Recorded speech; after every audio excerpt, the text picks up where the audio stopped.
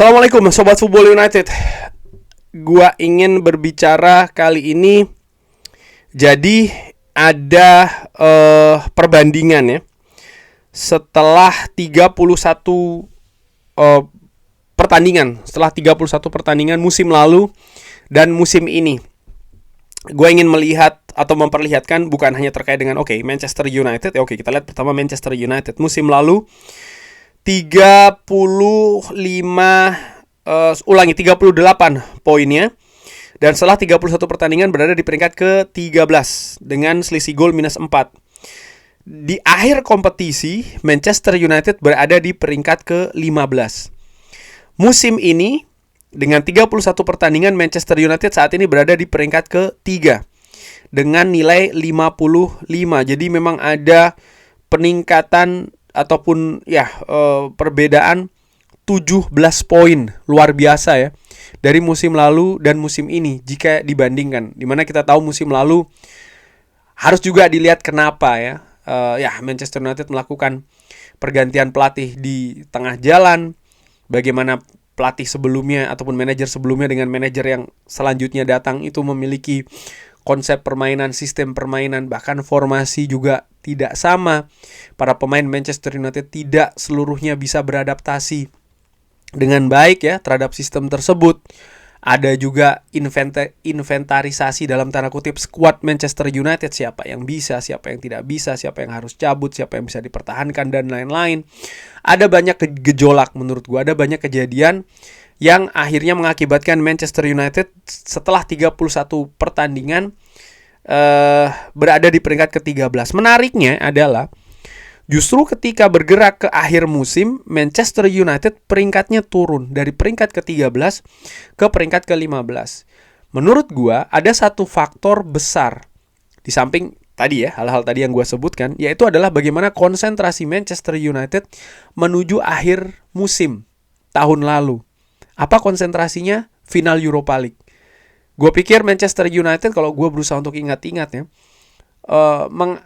mendekati akhir musim, semacam ada kayak stigma, yang penting tidak degradasi. Yang penting tidak degradasi, itu sudah oke. Dan posisi itu nampaknya Manchester United semakin dapatkan ya, menuju akhir musim, sehingga konsentrasi mereka tidak lagi di Liga, tapi beralih ke Europa League, di mana Manchester United berjalan sampai dengan final. Dan pada saat itu memang krusial. Kalau Manchester United bisa menang Europa League, mereka bisa dapat tiket Liga Champions. Dari sisi finansial ini yang diharapkan. Sehingga di akhir musim kemarin, kalau Sobat Football United ingat, Ruben Amorim banyak menyimpan pemain, menurunkan pemain muda. Dan ketika pemain muda ini diturunkan, kita bisa lihat ya, ada banyak sekali sisi hijau, sisi mentah, belum matang dari para pemain Manchester United. Dan kalau melihat ya, mereka pun juga bermain dengan konsep sistem permainan yang baru. Ini juga merupakan semacam kayak kesulitan, tantangan, halangan yang besar banget nih bagi Manchester United musim lalu, sehingga mereka akhirnya finish di peringkat ke-15. Tapi tidak dengan musim ini ya. Manchester United musim ini konsentrasinya hanya satu nih, di Premier League itu saja, sehingga mereka gaspol betul nih. Mereka habis-habisan betul. Sampai dengan sejauh ini so far so good. Nah, yang menarik adalah gua ingin mengambil sebuah contoh di mana Manchester United yang disebutkan sebelumnya dan gue informasikan di channel ini, 95% akan berada di zona Liga Champions di 5 besar. Itu gue ambil dari Opta ya, by the way. Dengan memang kemungkinan Manchester United ya berada di peringkat 3 besar pun juga besar sekali. Tapi kalau kita lihat di peringkat nomor 3 musim lalu, Nottingham Forest itu dengan nilai 57. Dengan nilai 57 berada di peringkat ketiga. Sama dengan Manchester United yang berada di peringkat ketiga, tapi poinnya Manchester United saat ini lebih sedikit 2 poin dibanding dengan Nottingham Forest musim lalu. Nah, yang menarik adalah bagaimana Nottingham Forest justru tergelincir. Di akhir musim mereka finish di peringkat ke-7. Tentu saja ada dinamika yang terjadi di City Ground, di Nottingham Forest ya. Tapi ini yang harus diwaspadai oleh Manchester United, oleh manajemen Manchester United. Mereka hal seperti ini bisa terjadi gitu loh. Bagaimana sebuah klub, sebuah tim yang berada di papan atas bisa saja tergelincir. Kalau kita lihat memang di musim lalu cukup ketat ya, angka demi angka. Tapi kalau melihat Nottingham Forest akhirnya finish di peringkat ke-7, dan di peringkat ke-7 setelah 31 pertandingan itu ada Aston Villa dengan selisih 6 angka. Artinya ya Nottingham Forest ini kehilangan 6 angka dan tim-tim lain bisa menyusul. 6 angka itu kalau gue ibaratkan berarti 2 kekalahan. Nah, Manchester United di sisi lain, kalau mereka ini tergelincir di 2 pertandingan, mereka kalah di 2 pertandingan, sementara klub-klub lain di bawahnya justru bisa mengambil keuntungan dari hal tersebut, artinya mereka justru menang. Nah, ini bisa berbahaya menurut gue. Jadi, walaupun Manchester United saat ini berada pada situasi yang positif, tidak ada jaminan 100%. Ya, tentu saja gue katakan ataupun diinformasikan oleh Opta 95%, belum 100%. Jadi 5% ini tetap harus diwaspadai. Apa itu 5% sebenarnya? Apa yang bisa menyebabkan 5% ini menjadi besar gitu ya, atau bahkan menjadi penghalang selanjutnya? Menurut gue ada beberapa faktor. Kalau gue melihat situasi dari Manchester United saat ini, ada satu faktor nomor 1 ya, yaitu adalah situasi skuad Manchester United. Kalau skuad Manchester United ada gangguan langsung, apa itu? Cedera. Ini yang gue khawatirkan dan semoga tidak terjadi. Dan ini bisa menjadi penghalang. Kalau pemain penting cedera di periode terakhir ini akan sangat gawat bagi Manchester United. Misalnya Bruno Fernandes cedera, Senne Lammens cedera, Casemiro cedera. Ini bisa berbahaya bagi Manchester United. Jadi ini harus diperhatikan. Manchester United all out, tapi juga situasi terkait dengan pemain, terutama pemain kunci, untuk mencegah mereka mendapatkan cedera, ini harus diperhatikan. Dan ya, tim kepelatihan harus melihat itu. Itu nomor 1. Lalu nomor 2, tadi mungkin secara teknis ya, keadaan pemain di atas lapangan. Yang kedua mungkin agak sedikit non teknis nih. Bagaimana harmoni, bagaimana situasi dressing room, fokus dari semua komponen Manchester United saat ini tertuju pada satu titik dengan segala situasi. Artinya apa? Gue berharap manajemen Manchester United tidak melakukan situasi yang justru akhirnya bisa merampas atau merubah konsentrasi fokus tersebut. Misalnya membuat keputusan-keputusan besar di periode ini. Salah satu contohnya, menurut gue, ini juga ada kaitannya dengan Michael Carrick, mempermanenkan Michael Carrick. Michael Carrick saat ini favorit. Michael Carrick saat ini punya peluang yang paling besar. Menurut gue, biarkan seperti itu dulu.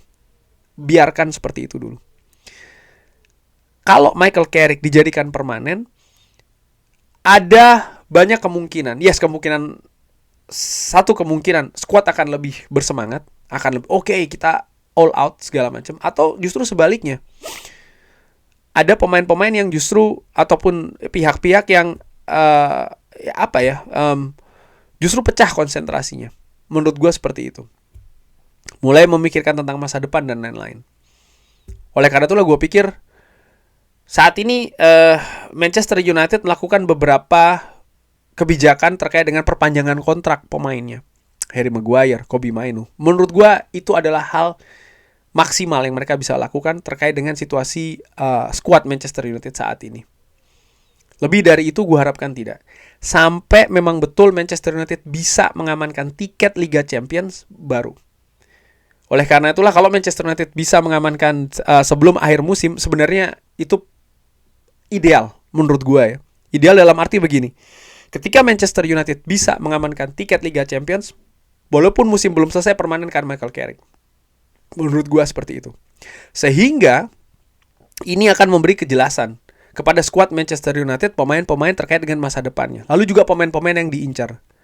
Kalau seandainya terkait dengan hal tersebut ada turbulensi di skuad Manchester United yang berakibat penampilan tidak lagi maksimal, hasil tidak lagi maksimal, doesn't matter, nggak masalah. Mau Manchester United finish di peringkat ke-4 atau bahkan peringkat ke-5, tiket Liga Champions. Gua melihat, Manchester United kalau bisa finish di peringkat ke-3 atau peringkat ke-2, luar biasa. Tapi ingat, target sebenarnya musim ini adalah tiket Eropa atau Liga Champions. Selanjutnya, yang lain-lain itu merupakan bonus. Dan Kalau menurut gue sebagai fans ya, gue berharap Manchester United, sekali lagi gue ulangi, bisa mengamankan tiket Liga Champions sebelum musim selesai. Ada banyak hal lebih positif menurut gue. Walaupun nanti misalnya Manchester United akan finish di peringkat ke-4 atau peringkat ke-5. Dengan dipastikannya tiket Liga Champions, maka pemain sudah bisa mulai berkonsentrasi terkait dengan masa depannya. Apakah misalnya mereka akan tetap stay di Manchester United atau mencari klub baru. Ada banyak pemain menurut gue ya, butuh juga kejelasan. Michael Carrick sudah bisa mulai menyusun persiapan untuk musim depan. Pemain-pemain muda bisa mendapatkan kesempatan menit bermain tanpa harus khawatir akan berpengaruh ke hasil dan lain-lain. Ada lebih banyak hasil positif menurut gue untuk persiapan musim depan, terutama seperti itu. Dimana seawal mungkin kalau ini bisa dilakukan persiapan untuk musim depan, itu luar biasa. Sementara tim-tim lain ya, menurut gue mereka masih harus bersusah payah sampai dengan akhir musim untuk mencari target yang mereka ingin dapatkan. Manchester United sudah bisa dalam tanda kutip beralih konsentrasi ke musim depan, mencuri start. Ini hal yang sebenarnya gue harapkan. Tapi sekali lagi saat ini fokusnya bukan ke situ dulu. Fokusnya adalah bagaimana bisa mendapatkan tiket Liga Champions seawal mungkin. Menurut gue seperti itu. Tetap harus waspada karena ada situasi yang tadi gue katakan ya, yang terjadi musim lalu dan bukan tidak mungkin akan bisa terjadi musim ini. Mudah-mudahan tidak terjadi di Manchester United. Artinya tergelincir dari situasi papan atas yang mereka tempati saat ini. Kurang lebih seperti itu. Sebelum gue selesai juga menarik ya bagaimana